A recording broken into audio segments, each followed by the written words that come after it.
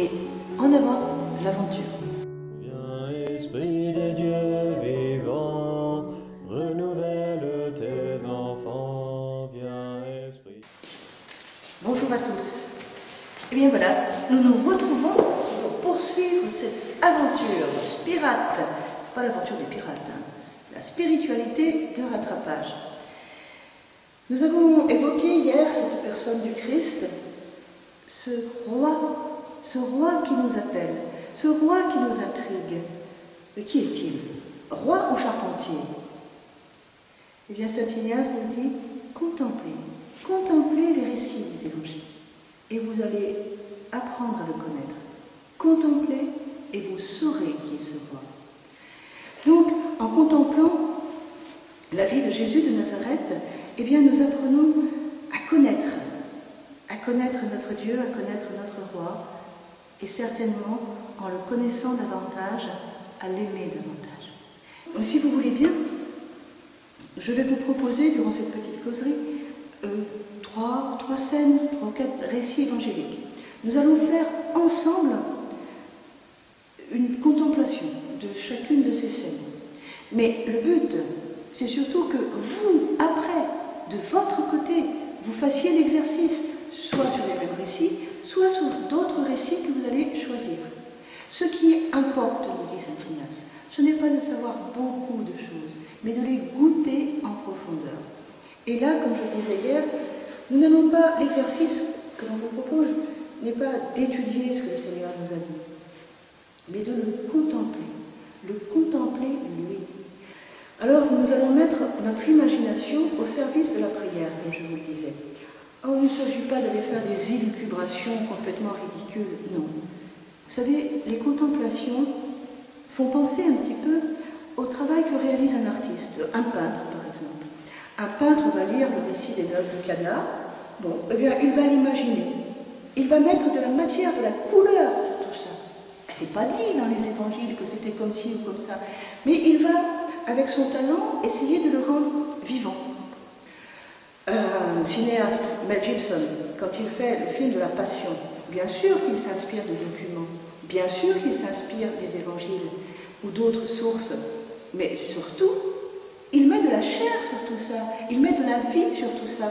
Et les artistes, les comédiens qui jouent tel ou tel personnage que l'on évoque dans le récit de la Passion, eh bien, ils vont essayer de mettre des sentiments derrière les mots que l'on peut lire. Voyez? Eh bien, les contemplations, c'est cet exercice, cette pratique. Nous lisons le récit et à l'aide de notre imagination, vous vous souvenez, la folle du logis, eh bien, nous allons essayer de rejoindre ce qui a pu se passer dans le cœur des gens qui ont vécu cette scène, dans le cœur de Jésus, de Marie. Eh bien, si vous voulez, allons aux noces. Vous trouvez ce récit des noces de Cana dans Saint Jean, chapitre 2, versets 1 et suivants. C'est un récit bien sympathique, hein, que vous connaissez tous, je pense. Le temps était à la fête. Alors, eh bien, demandons au Seigneur cette grâce aussi de goûter quelque chose de ces noces orientales que l'on peut découvrir à partir de ce récit. Nous allons mettre notre imagination au service de la prière, toujours en demandant la grâce d'une connaissance intérieure du Seigneur, connaissance du cœur, hein, qui pour moi personnellement, s'est fait homme, afin que je l'aime et le suive davantage. Le 3e jour, il y eut des noces à Cana de Galilée, la mère de Jésus y était, Jésus aussi fut invité à ces noces, ainsi que ses disciples. Eh bien voilà, vous êtes parmi les invités, vous êtes à droite, à gauche, vous êtes près du buffet, vous êtes près de l'orchestre, vous êtes où vous voulez. Et puis vous regardez ce qui se passe. Vous connaissez un tel, vous voyez des sourires, des salutations, etc. Peut-être que les hommes sont plutôt d'un côté, les femmes de l'autre. Ah, et puis vous apercevez Marie. Et que fait-elle, Marie? Et à un moment donné, c'est Jésus qui arrive. On aperçoit Jésus, tiens, il est entouré de plusieurs jeunes hommes, là, qu'on ne connaît pas encore. Voilà, vous contemplez, vous regardez. Et on peut légitimement imaginer que Jésus va venir saluer sa mère, sans doute. Et puis Jésus présente ses apôtres qui le suivent, ces jeunes gens qui le suivent. Des pêcheurs de Galilée, tu vois. Alors là, c'est Pierre, Jacques, le petit jeune, là, c'est Jean. Et chacun doit vaquer à ses occupations. Marie retourne avec les femmes, ses cousines, ses tantes, ses sœurs, et Jésus retourne avec les hommes. Ils discutent, ils chantent, ils dansent. Et nous pouvons suivre Marie, par exemple. Et nous voyons qu'à un moment donné, Marie devait être attentive au service. C'était peut-être, on ne sait même pas le nom des jeunes mariés, on ne sait pas qui ils sont. Mais peut-être c'était des proches pour que Marie soit là en train de se rendre compte qu'il y a un problème. Et elle se rend compte effectivement que le problème est de taille. Ils n'ont plus de vin. Mais vous imaginez un peu une noce en Orient où habituellement le vin coule à flot, il n'y a plus de vin. Mais ça va être la honte pour ces jeunes époux imprévoyants. Et Marie perçoit quelque chose de l'embarras des serviteurs, du maître de cérémonie. Et puis, elle va voir son fils. Et puis elle lui dit tout simplement, donc vous imaginez, parce que là il y a quelques mots qui le disent, or il n'y avait plus de vin, car le vin des noces était épuisé. Ça aussi c'est chargé de symboles, mais ce n'est pas notre mission pour l'instant. La mère de Jésus lui dit, ils n'ont plus de vin. Jésus lui répond, que me veux-tu, femme? Mon heure n'est pas encore venue. Bon. Eh bien, quand nous faisons une contemplation, nous imaginons tout cela. Nous voyons Marie qui se dit, mince, ils n'ont plus de vin. Elle voit son fils, je suis sûre qu'il peut faire quelque chose pour eux. Mais Marie, tu es sûre qu'il va faire quelque chose pour eux? Il n'a encore fait aucun miracle, puisqu'on sait que c'est son premier miracle. Il n'a encore fait aucun miracle. Que veux-tu qu'il fasse? Qu'est-ce que tu attends de lui? Et je ne sais pas qu'il aille à la cave de Joseph chercher quelques bonnes bouteilles ou quoi. Marie a confiance dans son fils. Et le cœur plein de confiance, alors que son fils n'a fait encore aucun miracle, elle va le voir et elle lui dit simplement, Jésus, viens ici. Ils n'ont plus de vin. C'est tout, pas plus. Et Jésus répond simplement, comme veux-tu, femme? Mon heure n'est pas encore venue. Bon. Eh bien, moi, à la place de Marie, je dis, excuse-moi mon petit, je t'ai dérangé pour rien, retourne à tes occupations, je retourne avec les femmes. C'est tout. Voilà. Eh bien, pas du tout. Marie entend, que me veux-tu, femme, mon heure n'est pas encore venue, et au lieu de se retirer, eh bien, elle va directement voir les serviteurs. Il t'a rien dit, Marie? T'inquiète. Et elle dit au servant, c'est écrit là, sa mère dit au servant, tout ce qu'il vous dira, faites-le. Donc là aussi, ne vous contentez pas de lire ça. Voyez Marie qui regarde son fils avec un beau sourire, l'air de dire, j'ai confiance, tu feras quelque chose, même si elle ne formule pas avec des mots, et elle s'éloigne, et elle va directement aux cuisines, et elle va voir les servants. Alors, venez par ici. Vous voyez le monsieur là-bas? Non, je le connais, ne vous inquiétez pas. Eh bien, allez le voir. Et tout ce qu'il vous dira, faites-le. Les serviteurs vont se dire, mais qu'est-ce que c'est bizarre ça quand même. Allez, dit Marie. Bon. Alors, ils vont voir Jésus. Il y avait là 6 jarres de pierre destinées au rite de purification des Juifs. Elles contenaient chacune 2 ou 3 mesures.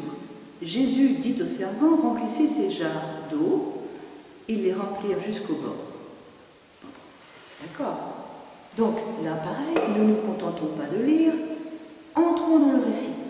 Bon, alors qu'est-ce qu'on fait? On reste avec Marie qui regarde les serviteurs aller voir son fils, ou on est avec Jésus, qui est surpris que les servants là, ou bien nous allons avec les servants. Voilà. Ils sont combien? J'en sais rien, 3, 4. Excusez-moi, monsieur. Jésus, oui. La dame là-bas nous a dit, de faire ce que vous allez nous dire.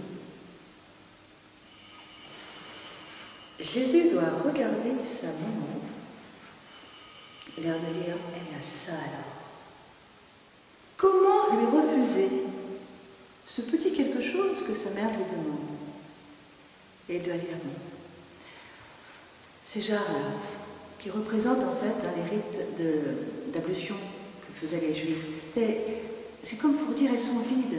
Cette ancienne alliance, elle a donné tout ce qu'elle pouvait, on va passer à autre chose maintenant. Et Jésus dit, remplissez ces jarres d'eau. Alors, je ne sais pas si vous vous rendez compte, il y avait l'équivalent d'environ 600 litres. Bon, nous, quand on porte quelques seaux, pour faire un peu d'arrosage ou autre chose, on les sent passer quand même. Là, 600 litres d'eau. Bon, ben, Jésus ne va pas essayer de les regarder. Il dit, vous remplissez ces jarres d'eau. L'air de dire, vous remplissez, on en reparle. Les servants se disent, mais qu'est-ce qu'ils vont faire? Allez hop, 600 litres. Donc ils les sentent passer quand même. Ils se rendent compte de ce qu'ils font, les servants. Ils vont remplir 600 litres d'eau. Et une fois que c'est fini, ils reviennent voir Jésus, bien sûr. Jésus n'est pas resté à côté sans rien faire. Ça y est, nous avons terminé. Très bien. Et Jésus dit, puisez maintenant et portez-en au maître du repas. Ils lui emportèrent, le maître du repas goûta l'eau changée en vin, comme il en ignorait la provenance, tandis que les servants le connaissaient, eux qui avaient puisé l'eau, le maître du repas appelle le mari. Donc vous imaginez, Jésus dit, bon, les servants vont se dire entre eux, c'est du vin qui manque. Alors ils ont beau avoir un coup dans l'aile, c'est marqué dans l'évangile, c'est pas moi. Ils ont beau avoir bu un peu, ils vont bien se rendre compte que c'est de la flotte, c'est pas possible. Non. Et puis d'un côté, ils voient Jésus, allez. Et de l'autre, c'est Marie qui les encourage aussi. Bon. Mais toi, tu as quelques jeunes qui débutent dans la carrière, eh ben, va donc. Et un peu inquiet quand même, il prend le contenant pour apporter ce liquide, cette eau, au maître des cérémonies. Ils s'attendent à tout, quoi. Ils se disent, le maître de cérémonie, mais qu'est-ce que c'est que ça? Alors l'autre se dit, mais il est excellent ce vin. Ils doivent goûter, mais c'est pas possible. Ils regardent Jésus, ils regardent Marie, ils disent, mais qu'est-ce que c'est que c'est? Ils ont passé du temps à mettre de l'eau là-dedans, et maintenant c'est du vin et du meilleur.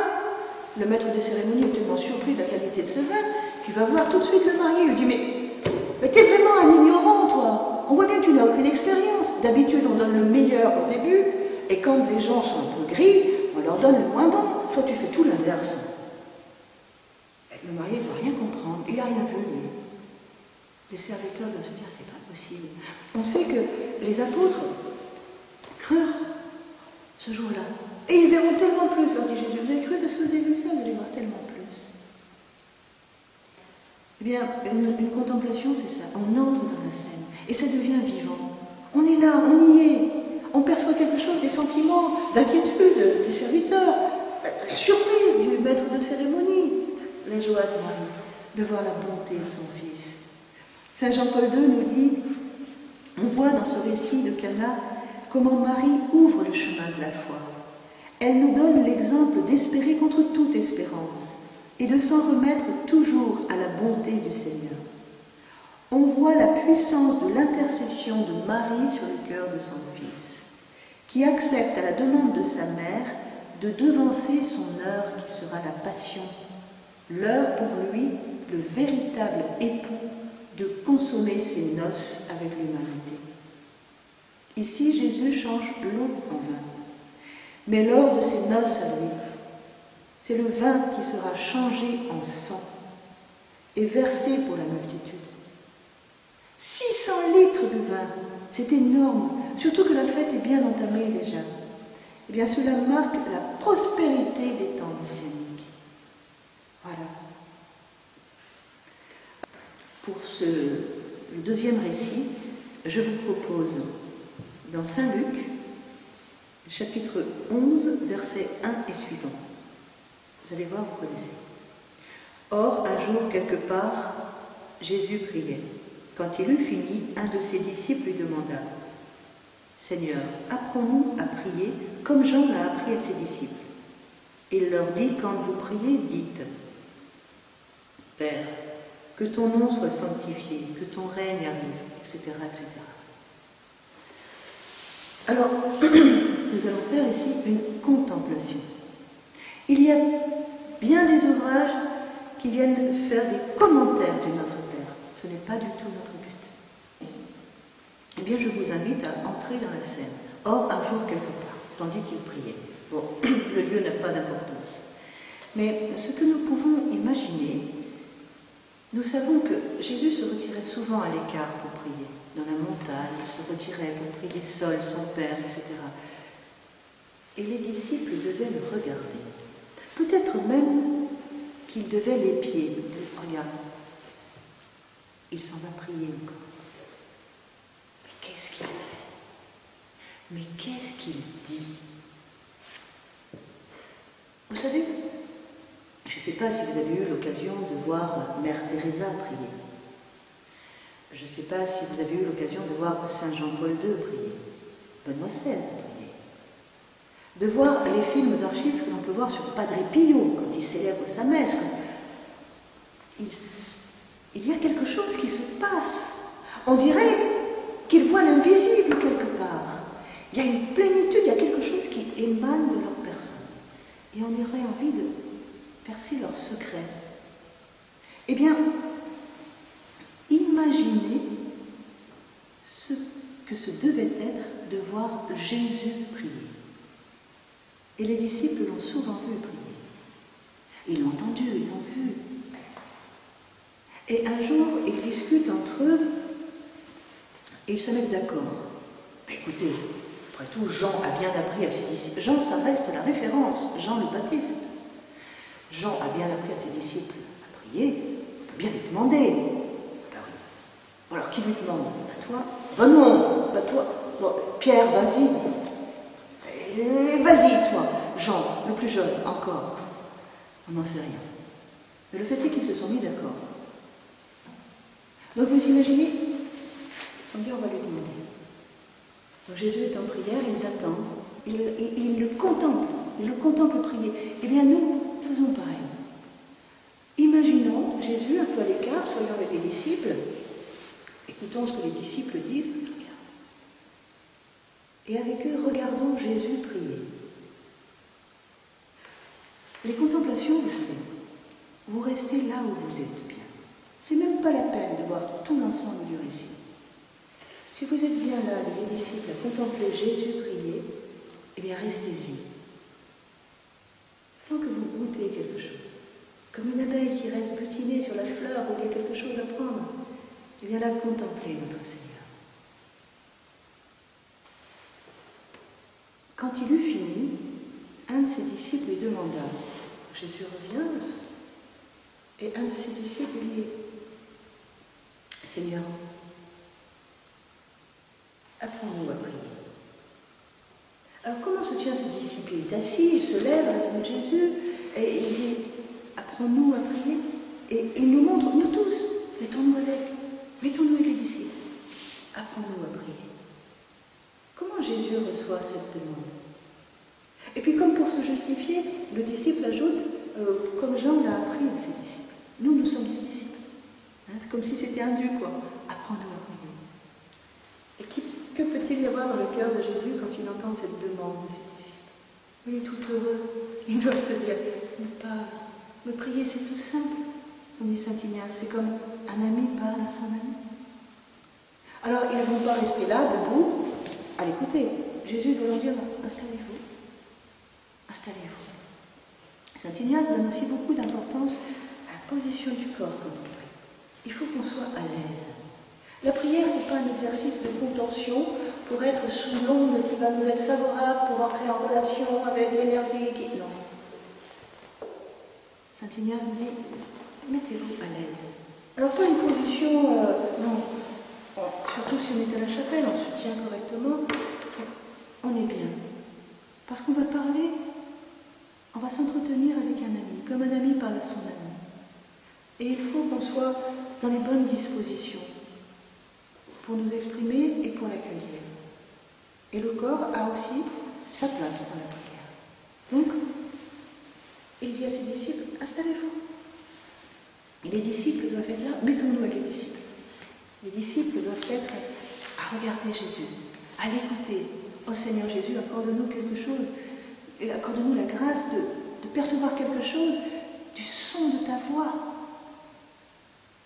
Quand tu vas commencer cette magnifique prière, quand vous priez, dites, Père, que ton nom soit sanctifié, que ton règne arrive.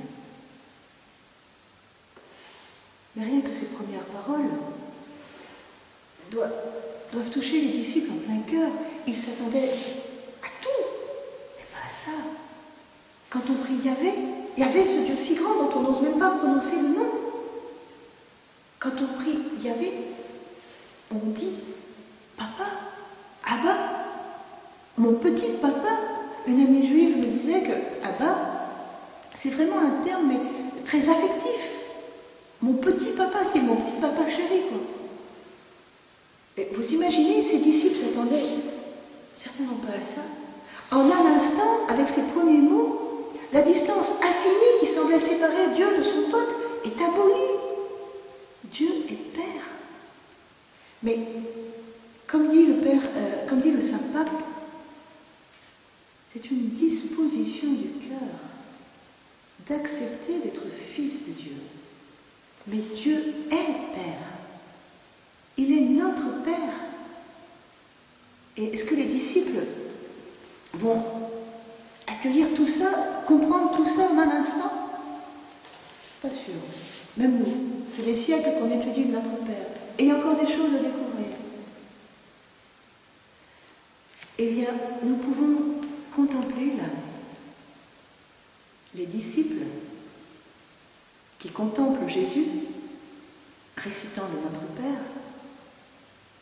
Voyez leur surprise, leur cœur qui s'ouvre, qui accueille cette filiation. Oh Seigneur Jésus, accorde-moi aussi ce cœur qui s'ouvre pour accueillir cette filiation divine. Ou alors, nous pouvons être avec les disciples et nous pouvons contempler Jésus récitant le Notre Père.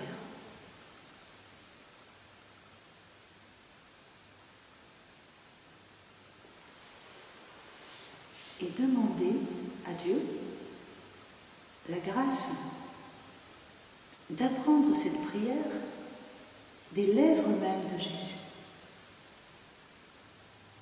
Seigneur Jésus,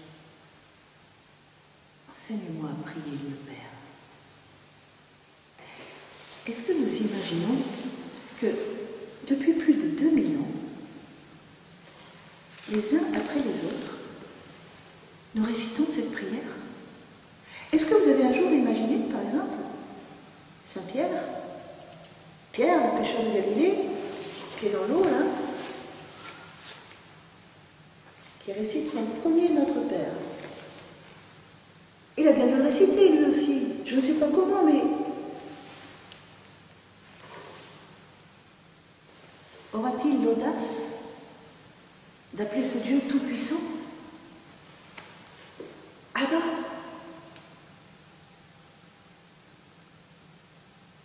Abba. Père. Papa. Jean, c'est bien ça qu'il a dit. Abba. Ouais. Tu crois qu'on peut... Et voilà. Et vous imaginez. Et vous aurez ainsi les premiers commentaires de notre Père. Tu crois, Jean, qu'on peut dire Abba? S'il l'a dit. Voilà. Et vous pouvez imaginer Saint Pierre récitant le Notre Père. Vous pouvez imaginer Saint Jean, appelé Dieu Père.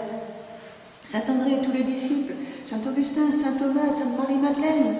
Vous pouvez les imaginer tous, Saint Ignace de Loyola, Sainte Blandine, Saint Louis, Sainte Jeanne-D'Arc, ici présente, vous pouvez l'imaginer tous. Ce Notre Père s'est passé de cœur du Fils à cœur de Fils jusqu'à nous aujourd'hui. Nous récitons cette même prière que nos aînés dans la foi ont récitée et récitent depuis plus de 2000 ans sous tous les cieux. Vous du Notre Père en Terre Sainte, où on voit dans toutes les langues, cette prière est inscrite sur les murs. Et ce qu'il faut, c'est qu'elle soit inscrite dans notre cœur. Est-ce que j'ai l'audace d'appeler Dieu Père en vérité? Est-ce que je me rends compte de ce que cela représente? Et il n'y a pas besoin d'être saint Thomas d'Aquin pour analyser les paroles du Notre Père. Le plus bel exemple, la petite Germaine, dont je vous ai déjà parlé hier. La petite Germaine. Bon, elle est ignorante, la pauvre Germaine. Elle ne va pas à l'école, elle garde les brebis. Un jour, elle rencontre monsieur le curé. Dis-moi, Germaine, tu récites bien tes prières au moins? Ben oui, monsieur le curé. Oui, je les récite. Tu les connais? Oui, monsieur le curé. Puis récite-moi tout de suite, là, à Notre Père. Ben, récite. Je ne peux pas, monsieur le curé. Comment ça, je ne peux pas, monsieur le curé? Tu ne le connais pas? Si, monsieur le curé. Je le connais. Quand je me tourne vers le ciel pour appeler Dieu Papa, je ne peux pas aller plus loin.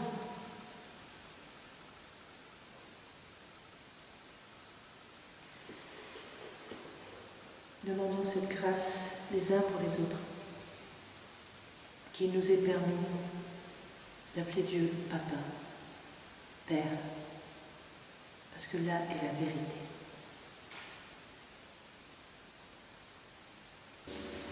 Donc je vous propose là un autre récit, ce sera le dernier. On le met en bonus, si vous voulez vous arrêter là, vous arrêtez, d'accord? Dans Saint Marc, chapitre 2, versets 1 et suivants. C'est la guérison du paralytique. Alors c'est également une scène assez haute en couleur. Comme après quelque temps il était rentré à Capharnaüm, on apprit qu'il était à la maison. Et il s'y rassembla tant de monde qu'il n'y avait plus de place, même devant la porte. Et il leur annonçait la parole. On vient lui amener un paralytique porté par 4 hommes. Comme ils ne pouvaient pas le lui présenter en raison de la foule, ils défirent le toit au-dessus de l'endroit où il se trouvait, et ayant creusé un trou, ils firent descendre le grabat où gisait le paralytique. Eh bien écoutez, puisque saint Ignace nous encourage à entrer dans la scène, eh bien, allons à Capharnaüm, après Cana, Capharnaüm, allons-y. Et puis nous voulons aussi nous approcher de la petite maison. Où est-ce qu'il est?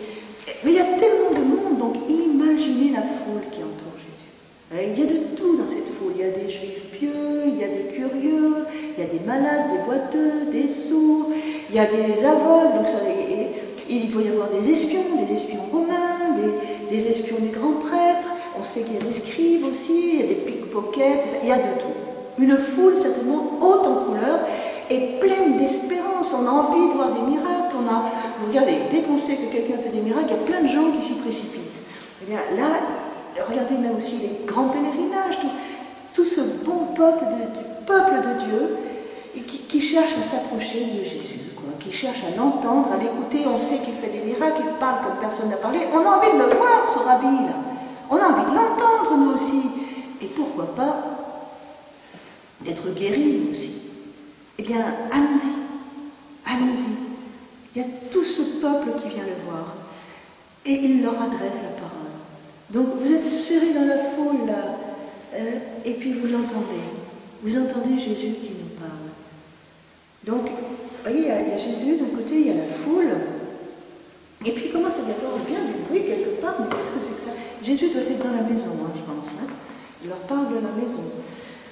Alors, on regarde, mais qu'est-ce qui... Un paralytique. Et bien, il y en a 4 qui portent un ami sur un brancard. Ça doit être assez courant. Mais là, ils approchent, il y a tellement de monde. C'est qu'ils ne vont pas s'arrêter là, quoi. C'est eux qui apportent leur ami. Ils portent leur ami. Est-ce que c'est eux qui ont décidé pour lui? Est-ce que c'est lui qui a dit si vous pouviez faire quelque chose pour moi? Vous voyez, encore cette amitié, cette intercession les uns pour les autres. Ils posent le brancard à terre et ils réfléchissent. Mais comment on fait? Mais laissez passer, vous voyez bien. Impossible, impossible, on ne peut pas. Oh non, on ne va pas s'arrêter là. Et puis il y en a un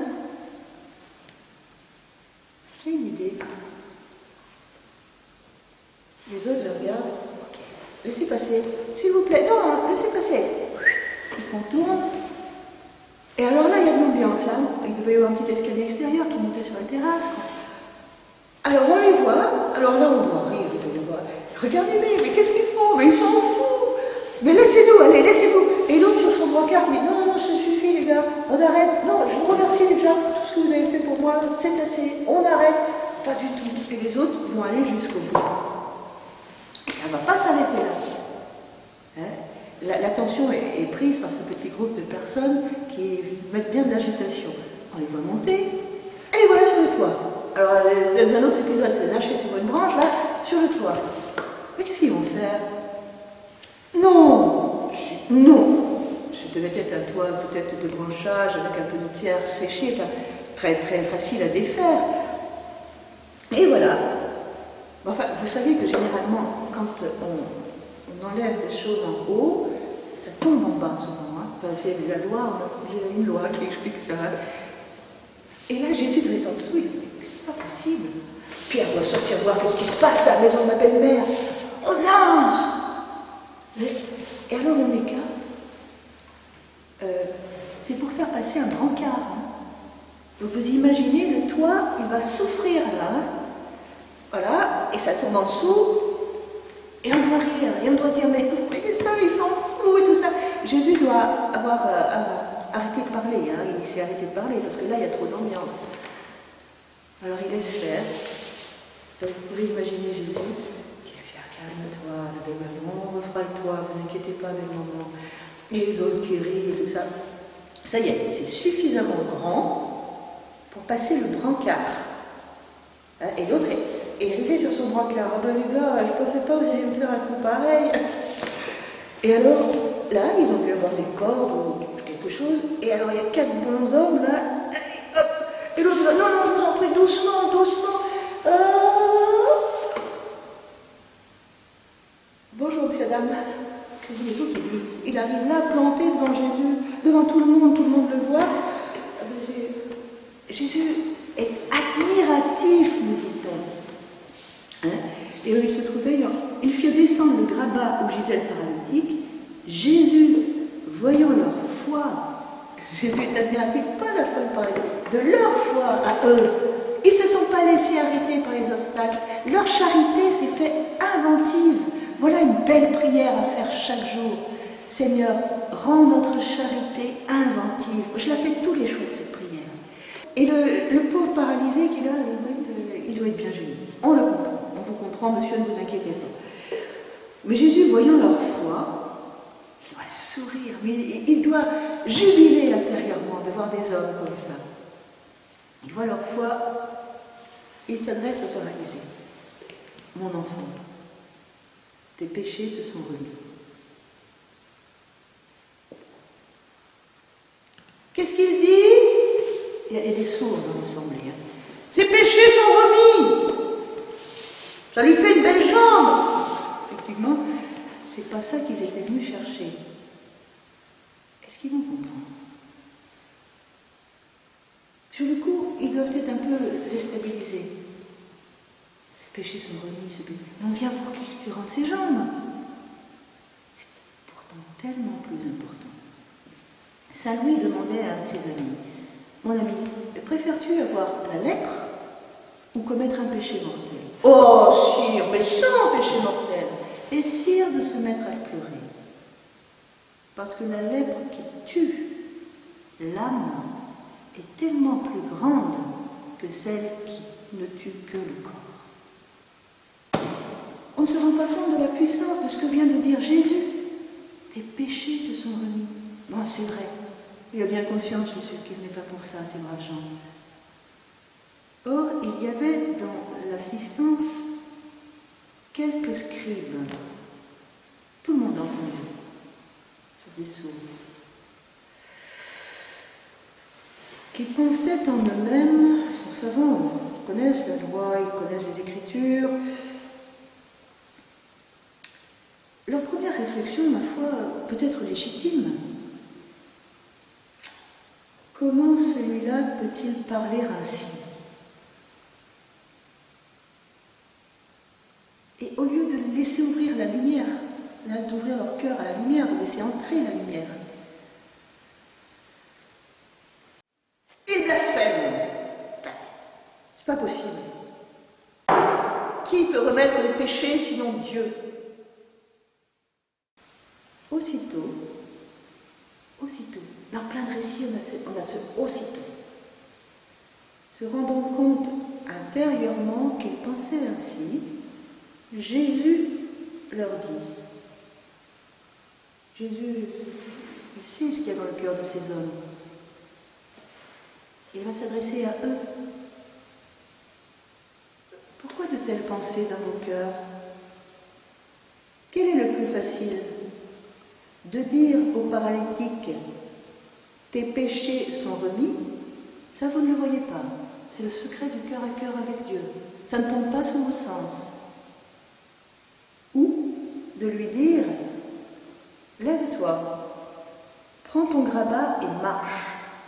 Qu'est-ce qui est le plus difficile d'après vous? Une chose qui ne tombe pas sous vos sens et l'autre que vous êtes capable de voir. Eh bien, pour que vous sachiez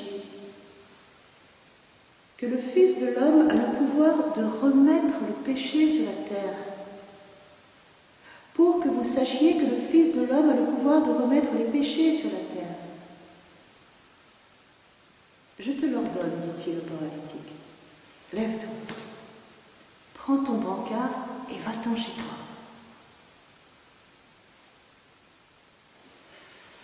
Là, c'est solennel. Hein? La première chose, la rémission des péchés était bien plus importante, mais personne n'a rien vu. Là, tout le monde retient son souffle. Qu'est-ce qu'il a dit? Ah, il a dit qu'il se prenne son brancard. Pour les sourds. Mais qu'est-ce qu'il fait? Oh, l'aveugle. Eh bien, c'est pas possible. Il prend son brancard, il se lève. Les copains sur le toit doivent être « Ouais, je viens !» Il bouge les jambes, mais ça marche, ça marche. Et alors là, il est empli de joie, il prend son brancard et il sort. Il sortit devant tout le monde, de sorte, c'est pas une blague ce que je dis, ce que je fais, que tous étaient hors d'eux-mêmes. La première chose, ça ne les a pas touchés. Mais là, de voir ce paralytique se lever, prendre son brancard et marcher, mais ils sont heureux, ils jubilent de joie. Et glorifiant Dieu en disant, jamais nous n'avons rien vu de pareil. Donc là aussi, vous pouvez imaginer l'ambiance. Il y a le grand silence, on attend. On voit un grand miracle. Et ils jubilent, ils sont de sorte qu'ils étaient tous hors d'eux-mêmes. Donc il faut imaginer l'ambiance quand même. Hein. Ils sont tous hors d'eux-mêmes. Ce n'est pas une bande de chartreux et de bénédictins sérieux qui suivaient le Seigneur. Il y avait de la vie, il y avait de l'espérance. Eh bien, le Seigneur a répondu à leurs attentes. Et il nous donne beaucoup plus que la guérison du corps. Il est capable de nous donner cette vie éternelle pour laquelle il nous a créés. Merci Seigneur. Vous voyez, cette confiance que nous pouvons avoir dans le Seigneur, c'est la force de la puissance de la prière d'intercession les uns pour les autres. Voilà. Eh bien voilà quelques petits exemples tout simples de contemplation des évangiles. Alors, vous avez compris la manière de faire. À vous maintenant. À vous d'entrer dans la scène et de faire votre contemplation. Chacun avec son style. À plus tard.